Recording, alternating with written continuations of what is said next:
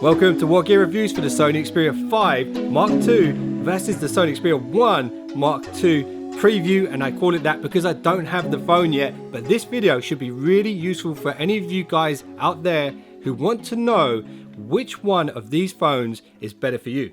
And at the end of this video, after we've reviewed the facts, I want you guys to let me know which one of these phones would be better for you. And before we get into all of the awesome features on the 5 Mark II, I've set myself a goal of 500 likes on this video. If you guys could help me crush that, I would really appreciate it. And if you want to find your way back for more awesome Sony Xperia content, make sure you smash that subscribe button and turn on the bell notifications. Anyway, you ready? Let's go. So Sony have done it again and released a new, more compact, specification stacked 2020 flagship, and it is the Xperia 5 Mark II. And I guess the question that most people will have is, what are the advantages and disadvantages of the 5 Mark II over the Sony Xperia 1 Mark II? So the first most obvious difference is definitely going to be the price. At the time of this video, the 1 Mark II retails at £1,100 here in the UK. Now on launch, the 5 Mark II is a full £300 cheaper, so that's a definite win there for the 5 Mark II. But what have they done to reach that price point? Well, that's what we're about to uncover now. But check this out, this should really impress you. Here's all the stuff that's exactly the same on the 1 Mark II as on the 5 Mark II. So both rock 8GB of RAM with the 2020 flagship from Qualcomm, the Snapdragon 865 5G octa-core chipset, which is fantastic because if you cut off one head, two more shall take its place. Hail Hydra. I must say it's a little bit of a shame we didn't see the turbocharged 865 Plus chipset in the 5 Mark II, but you know what, the 865 is still a heavy hitter. So both phones have the same 4000 mAh battery with up to 21 watt fast charging capabilities, but Sony do not bundle the 21 watt charger in the box. You get an 18 watt charger which will allow you to achieve 50% battery in 30 minutes, so that's still pretty fast. They both have the same full metal body, protected front and back by, you guessed it, Gorilla Glass 6. Both have the same IP65 and 68 rating, so water and dust resistance. Both have dual front-facing stereo speakers with Dolby Atmos support, and one of my favorites, a headphone jack. Praise the Lord for that. And both the 1 and 5 have the 20 frames per second, 60 calculations per second, continuous shooting with eye autofocus tracking, which is impressive. And on the software side of things, they both have Sony's exclusive Cine Ultra Creator Mode, Photo Pro app, Cinema Pro app, the game enhancer, and adaptive charging that takes care of your battery's longevity. And yes, of course, both phones support 5G with sub-6 bandwidths, but not the fastest form of 5G in millimeter wave. Unfortunately, if you want to get millimeter wave on a Sony Xperia device, you're going to have to wait for the Sony Xperia Pro, and I made an entire video about that. You can check that out at the end of this one if you want. I'll link it at the end. Now let's dive into the design differences of the Sony Xperia 5 Mark II. So of course the 5 Mark II is shorter, it's more narrow, but it's ever so slightly thicker, and due to the smaller stature of the 5 Mark II, of course it's going to be lighter by 18 grams to be exact. And the corners and edges are curved now, and therefore the device should be more comfortable to hold in the hand compared to the more flat and angular edges of the 1 Mark II. So here's a question for you. What do you prefer, the kind of more rounded edges that we saw on the XZ3, or the more flat sort of angular style edge that we have here on the 1 Mark II? Let me know in the comments below. So here's a new addition. On the right hand side of the 5 Mark II is a new dedicated Google Assistant button, and to be honest with you, I'm not entirely sure why Sony decided to put an extra button on the side. I don't feel like I was missing an assistant button here on the 1 Mark II, but it's there. Hey, if you can remap it to do something else, maybe it could be useful. I don't know. Let me know what you think about that. Now let's talk about the camera hardware differences. I've seen some reviews where they basically say they've just pulled everything over directly from the 1 Mark II. That isn't entirely true. Sony have actually ditched the 3D time of flight sensor that we see on the 1 Mark II just under the Zeiss branding. And what this means for your photography is you might have a little bit less depth detail, a little bit less blur in those portraits. So it's not a huge loss, but it is a slight downgrade from the 1 Mark II. But check this out. With one hand, Sony have taken something away, and with the other, they've given the 5 Mark II a really unique camera feature, and I believe this is the world's first smartphone to have this 120 frames per second 4K video recording. So for those of you wondering what you might actually use this feature for, well, basically if you shoot 120 frames you can slow things down but still keep this really crispy footage without any sort of judders. So it's a great feature there for creators. So here's another new camera feature worth mentioning, and it's not actually to do with the cameras on the 5 Mark II.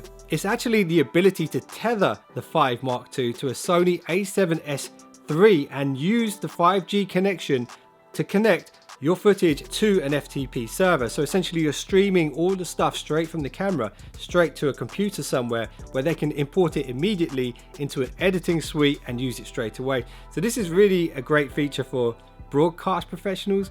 I don't think myself as a YouTuber would ever actually use that feature, but it's there and it's pretty cool. I wonder if the Sony Xperia 1 Mark II will be able to do it as well. I wouldn't be surprised if it can. And I'm pretty sure this is a feature that Sony announced a while back for the Xperia Pro, but it's cool to see it here on the 5 Mark II, definitely. So of course, naturally, the screen is smaller and it is a significant difference.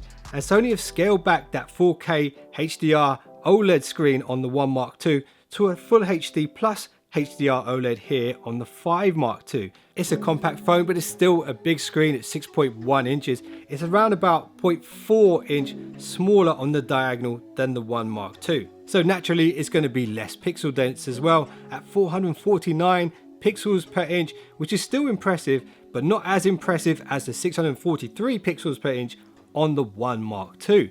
Also, the color range is slightly lower as well at 17 million colors compared to the Sony Xperia 1 Mark II's 1 billion colors.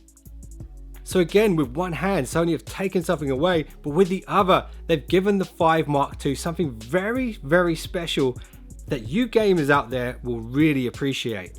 And that is the 120 Hz refresh rate on the 5 Mark II. And that is double the refresh rate of the 1 Mark II. Now, this is cool. Both devices support Sony's motion blur reduction tech, and basically what that does is emulate a higher refresh rate on the screen. So on the Xperia 1 Mark II, it can emulate a 90 Hz panel. But check this out, this is special.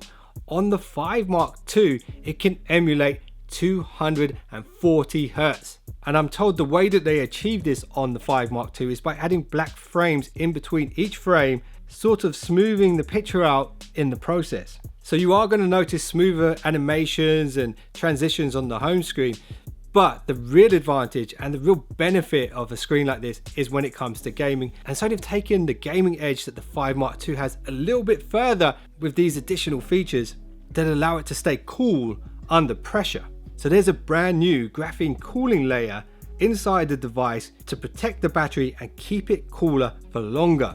And there's a new feature that I really like, and it's the HS power control, basically heat suppression tech. Essentially, this is a mode that bypasses the battery and allows you to channel the power directly from your power cable, eliminating any battery heating issues. So the only thing that's going to be heating up inside the device is the chipset itself, which means the device is going to be cooler for much longer and eliminating all of the battery heating issues that almost every other smartphone has. And of course, when it comes to gaming, you've got that wider field of view with the 21:9 aspect ratio, which is a tactical advantage you will have over pretty much any other mobile gamer. But check this out, they've also got a 240 Hz touch rate sampling on the screen, which means when you touch the screen, it's way more responsive than most other phones. So these are some really awesome gaming upgrades here on the 5 Mark II. So when it comes to gaming and battery cooling features, this is a definite win for the 5 Mark II. But there is one battery feature that they've stripped out. Of course, they give you all of this awesomeness, but they've got to try and keep the price down a bit, and they've stripped out wireless charging. And of course, the 1 Mark II does support wireless charging, so that is a win for the 1 Mark II. But how important is that to you? Let me know. So here's the last couple of differences that I think you guys should know about before you make your ultimate decision. The Xperia 1 Mark II has a Bluetooth 5.1 chip, whereas the 5 Mark II has the older Bluetooth 5.0. Now I know that's not a huge difference, but it is a difference nonetheless.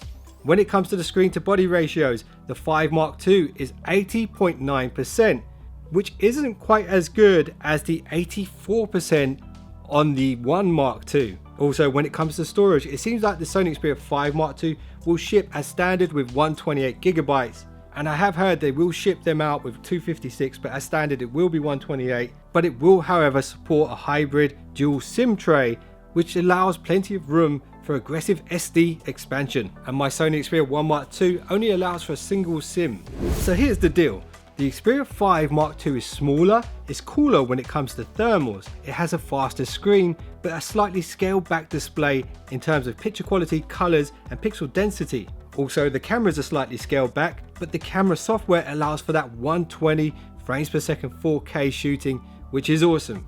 And then on the other hand, the 1 Mark II has a bigger, more colour accurate and more pixel dense display in the form of that 4K HDR OLED. Combine that with a better screen to body ratio and wireless charging, and the fact that it has Sony's 3D time of flight sensor and a better Bluetooth 5.1 chip. So there we have it, those are the facts. And the question is, which one is the right Xperia for you? Make sure you leave that in the comments below. If you want to check out some of my other Sony Xperia content, check out these thumbnails on screen right now. And if you just subscribed, you're now one of the finest subscribers known to man. And I'll see you guys in the next one. Don't be late.